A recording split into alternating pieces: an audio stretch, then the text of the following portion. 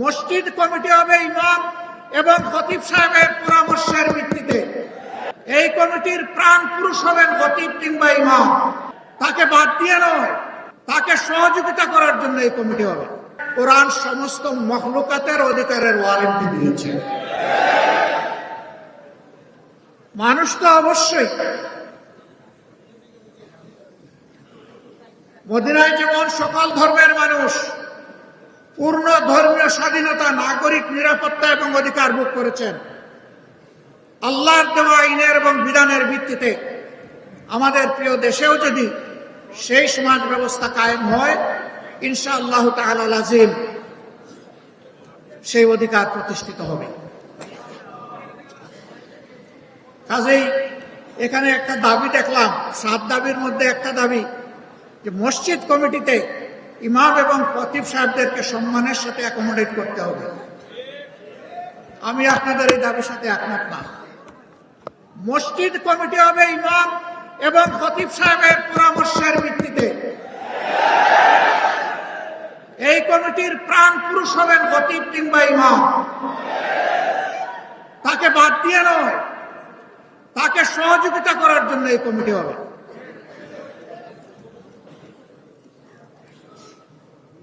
আপনাদের মর্যাদা কি ভাই? আমরা যখন জীবিত আপনারা ইমামতি করেন, আমরা পিছনে দাঁড়িয়ে যাই, আপনারা আমাদের ইমাম। আমরা যখন দুনিয়া থেকে বিদায় নেই, তখন আপনারা আমাদের ইমাম।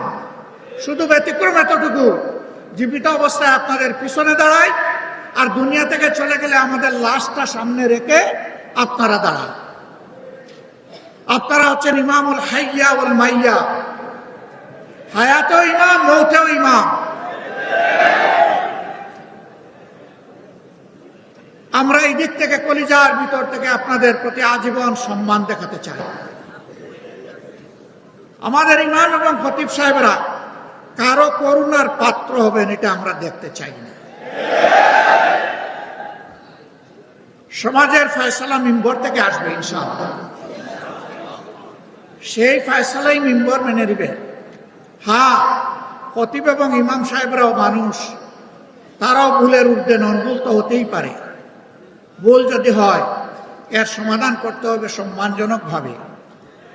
এই সমাধান এইভাবে নয়, আমার পছন্দ হয়নি, আমি দুপুরবেলা জোয়ারের নামাজের সময় বলে দিলাম যে উনি কিভাবে ইমাম তাকেন আমি দেখে নিব।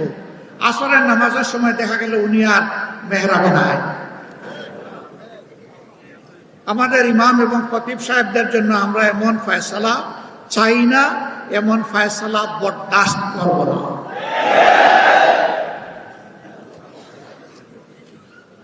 তাদেরকে তাদের পূর্ণ মর্যাদায় অধিষ্ঠিত করতে হবে।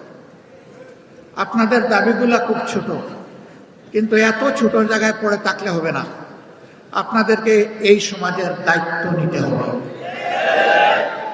নামাজের ইমাম যেদিন সমাজের ইমাম হবে, সেই দিনই ইনশাআল্লাহ আমরা সত্যিকারের মুক্তি পাবো ইনশাআল্লাহ। আজ যেমন আপনাদের অনুসরণ করে আমরা গর্বিত, প্রীত, তৃপ্ত, সেই দিনও আপনাদের অনুসরণ করে আমরা গর্বিত, প্রীত এবং তৃপ্ত হব ইনশাআল্লাহ। এগিয়ে আসুন, জোর কদমে এগিয়ে আসুন। আমরা আজকেও আপনাদের পিছনে, কালকেও আপনাদের পিছনে থাকবো ইনশাআল্লাহ।